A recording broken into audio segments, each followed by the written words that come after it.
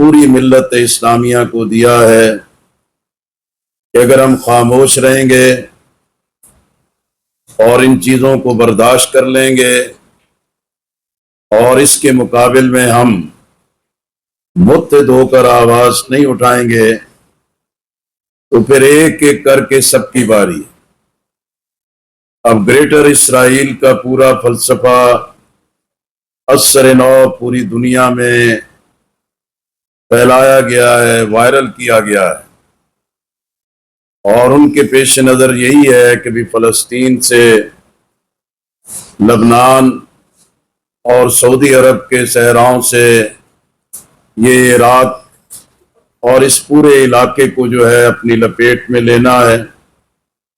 اور اردن اور مصر بھی ان کے ٹارگٹ میں ہو، اور یمن پر بھی. یعنی وہ تو ایک الگ چیز چل رہی ہے کہ یمن پہ بھی اور دمشق پہ بھی حملہ ہو گیا. اس لیے ہم سمجھتے ہیں کہ بھئی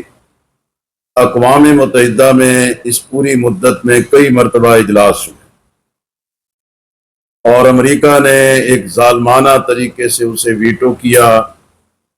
اور جو قراردادیں منظور بھی ہو گئیں اس پر کوئی عمل درآمد نہیں. اقوام متحدہ کے سیکریٹری جنرل مسلسل جنگ بندی کا مطالبہ کر رہے ہیں، لیکن ان کی آواز کی بھی کوئی سنوائی نہیں. اسی طرح پوپ نے، جو مسیح برادری اور مسیح قوم کے بڑے رہنما ہیں، انہوں نے بھی جنگ بندی کا مطالبہ کیا، لیکن صہیونی استعمار اور انسانوں کے قتل عام میں، جنگی جرائم میں ملوث یہ گروہ جو ہے کہ اس آواز کو بھی سننے کے لیے تیار نہیں. اسی طرح عالمی عدالت انصاف میں ساؤتھ افریقہ مقدمہ لے کر گیا، اور جس کو بعد میں سب کی تائید بھی مل گئی، اور عالمی عدالت انصاف نے بھی جنگ بندی کے لیے فیصلہ کیا، لیکن اسرائیل اس بات کو بھی ماننے کو تیار نہیں. OIC عالم اسلام کا پلیٹ فارم، جس کے بارے میں ہمارے بڑے تحفظات رہے ہیں اور ہمیں اس سلسلے میں مکمل ایک مایوسی کا پیغام ملتا رہا ہے کہ عالم اسلام نے وہ مؤثر رول اور کردار نہیں ادا کیا، لیکن اس کے باوجود بھی OIC کی سطح کے جو بھی اجلاس ہوئے اور اس میں بھی جنگ بندی کا مطالبہ کیا گیا اور اس وحشیانہ جنگ کو روکنے کی بات کی گئی، لیکن اس مطالبے اور اس قرارداد پر بھی کوئی سنوائی نہیں ہوئی اور کوئی اس پر عمل کرنے کو تیار نہیں. اس لیے اب اس پوری صورتحال میں کہ جہاں مسلم عوام فلسطینیوں کے ساتھ ہیں، لبنانیوں کے ساتھ ہیں، یمنیوں کے ساتھ ہیں، شامیوں کے ساتھ ہیں، اور پورا عالم اسلام جو ہے وہ اسرائیل اور صہیونیت کے اس ظلم کے خلاف یک آواز ہے. لیکن اب یہ معاملہ ہے کہ آخر کیوں بے حسی کا مظاہرہ کیا جا رہا ہے، کیوں لا تعلق رہنے کا مظاہرہ کیا جا رہا ہے، کیوں بربادی کا انتظار کیا جا رہا ہے، کیوں عالم اسلام کو ایک ایک کر کے ٹارگٹ بنا کے زمین پر ان کی ناک اور پیشانیاں رگڑی جا رہی. اس لیے ہم سمجھتے ہیں کہ اتحاد امت ہی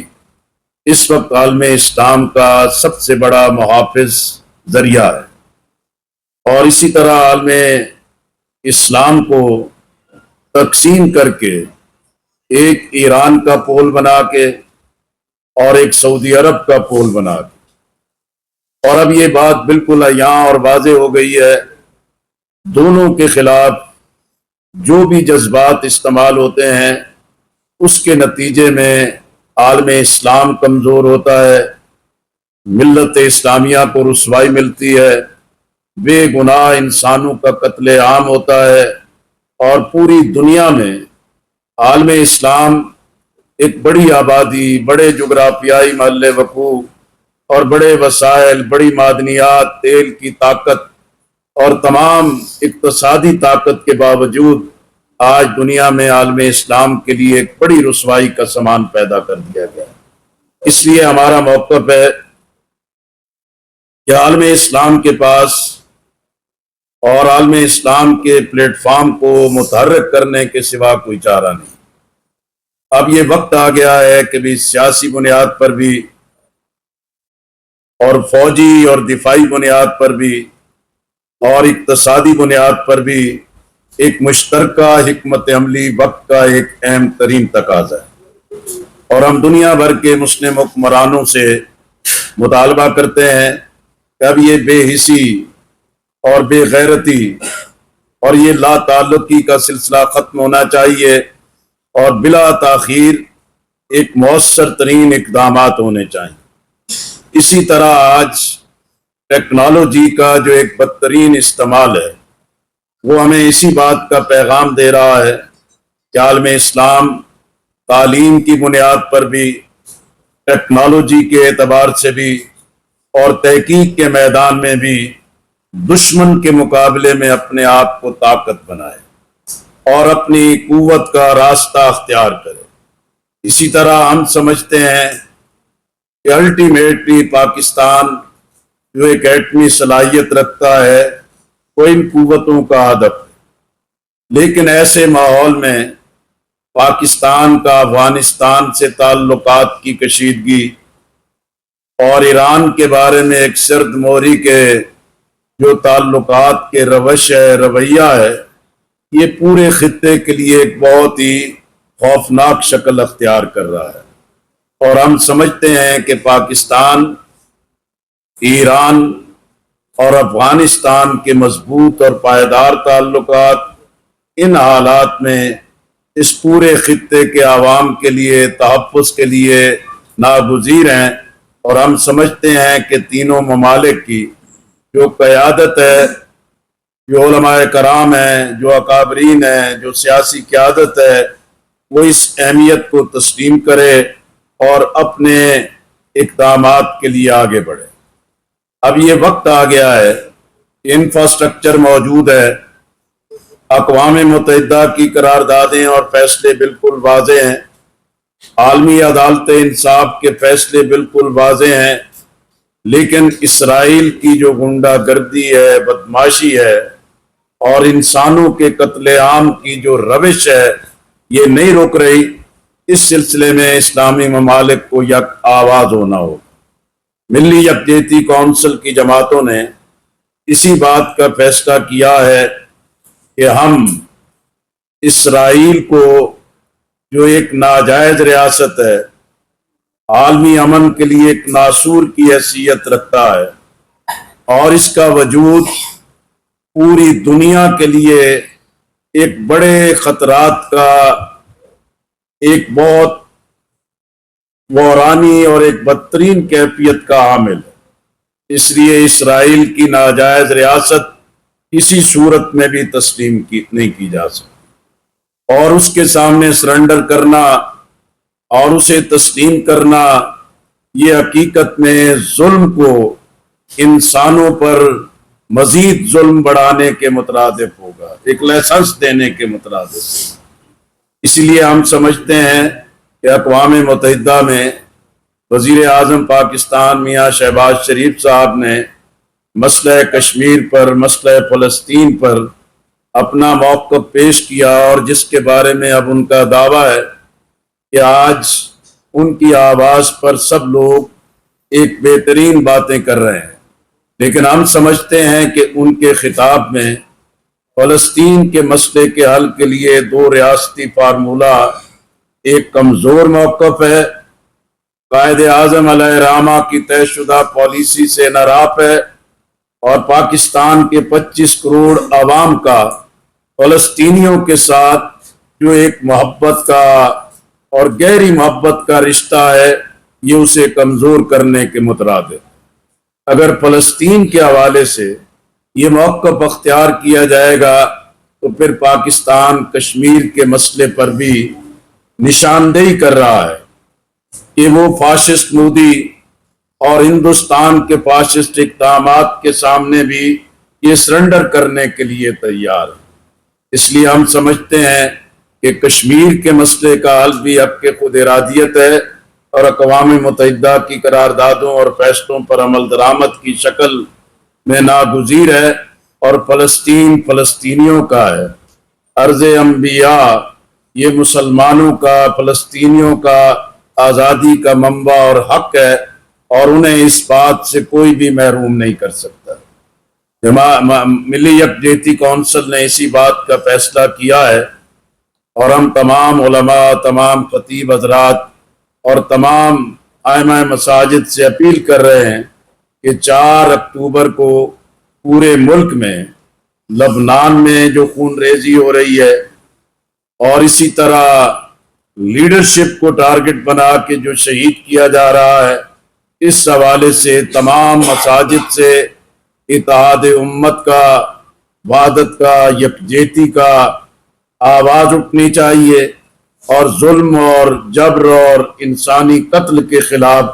آواز بلند ہونی چاہیے۔ اسی طرح 7 اکتوبر وہ دن آ رہا ہے جس دن غزہ پر 1 سال مکمل ہو جائے گا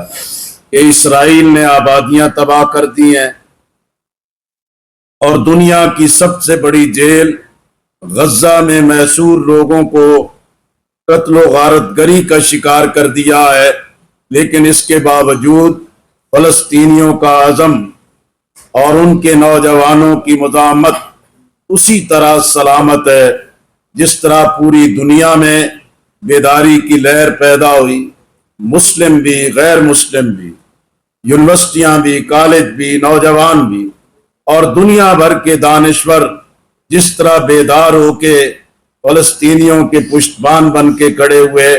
7 اکتوبر کو پوری دنیا کی طرح پاکستان میں بھی عوام سڑکوں پر نکلیں، چوراہوں پر آ کے کھڑے ہوں، اور آزادی کے متوالے مجاہدین اور فلسطینیوں، کشمیریوں، لبنانیوں، یمنیوں اور شامیوں کے ساتھ اپنی یکجہتی کا اظہار کریں۔ اور ملی یکجہتی کونسل قومی قیادت سے بھی اپیل کرتی ہے کہ اپنے سیاسی موقف ہمارے ایک ہیں، لیکن اس وقت قومی سطح پر جو امت کے مسائل کو نظر انداز کیا جا رہا ہے، اس پر جو ایک خاموشی اختیار کی جا رہی ہے، یہ عوام کے لیے باعث تعجب ہے، اور پوری قومی قیادت کو اس صورتحال پر اپنے مضبوط موقف کا اظہار کرنا چاہیے۔ بہت بہت شکریہ، آپ سب تشریف لائے، اور یہ ملی یکجہتی کونسل کا گزشتہ عرصے کے اجلاسوں میں جو ایک مسلسل موقف ہے، وہ میں نے ان سب کی ترجمانی کی ہے۔ باقی راجہ ناصر عباس صاحب، باقی سب قائدین موجود ہیں، تو جو بھی ارشاد فرمائیں۔